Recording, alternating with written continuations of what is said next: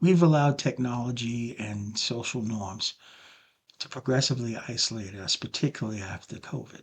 The biggest impact on most Americans, certainly middle class and working class Americans, is the housing affordability crisis.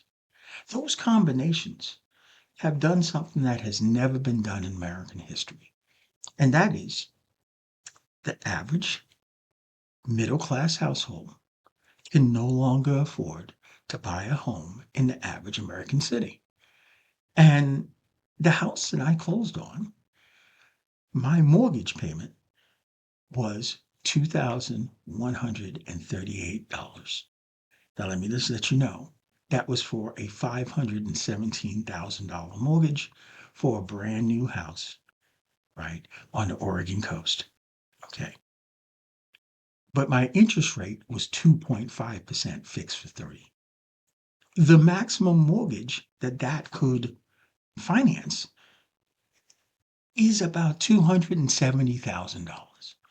Well, that's not enough mortgage for the average median house, which is now $405,000. And so there's an economic category of those lower income households that we're going to be talking about because they're the ones who are being devastated. Most recent 2023 data from the Urban Institute study indicates that 52.2% of those households are now reporting food insecurity. Yeah, I didn't stutter. 52.2% of households who earn 200% of the federal poverty level or less, which is equal to, for a family of three, $55,000. 52.2% of them are reporting food insecurity. And so far, we have enough money in the bank to pay the bills and stay housed and everything else, right? You'd maybe talking to people who cutting people off in traffic, too busy to say hi, and this person is worrying about how they're going to feed their children. And I had an idea to look at existing market tested financial instruments and see if I can find a financial instrument that can help solve the housing affordability crisis in America. Yeah, that is a payday loan on your house. I think it's usury. I think it's awful, but hey, it solved the problem. The hedge funds found a way to make some money. And this is how we're going to solve the housing affordability crisis in America. So, what we're going to do is we're not only going to cover that gap, but we're going to install energy efficient heat pump for heating, for AC, for the hot water heater in the house, plus put solar panels on the house. Depending on the market in 2024, the sustainable debt market had total fundings of $1.74 trillion. Yeah, 1.74 trillion. That gives you just a flavor of the amount of capital in this country that have been consolidated in very few hands. Our idea in Seattle is that we can fund 9,500 homes a year, right?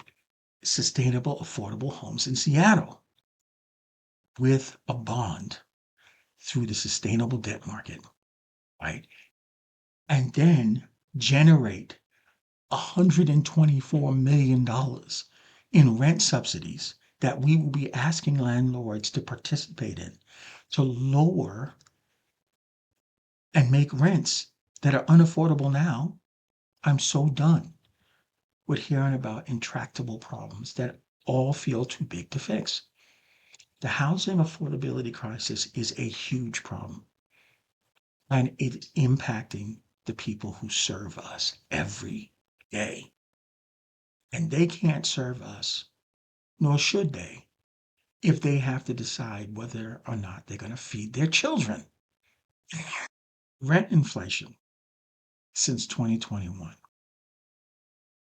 has contributed 35% to the increase in food insecurity in America.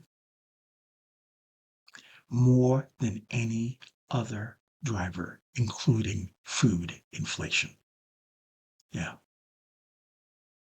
yeah. This is what tells us that rent eats first.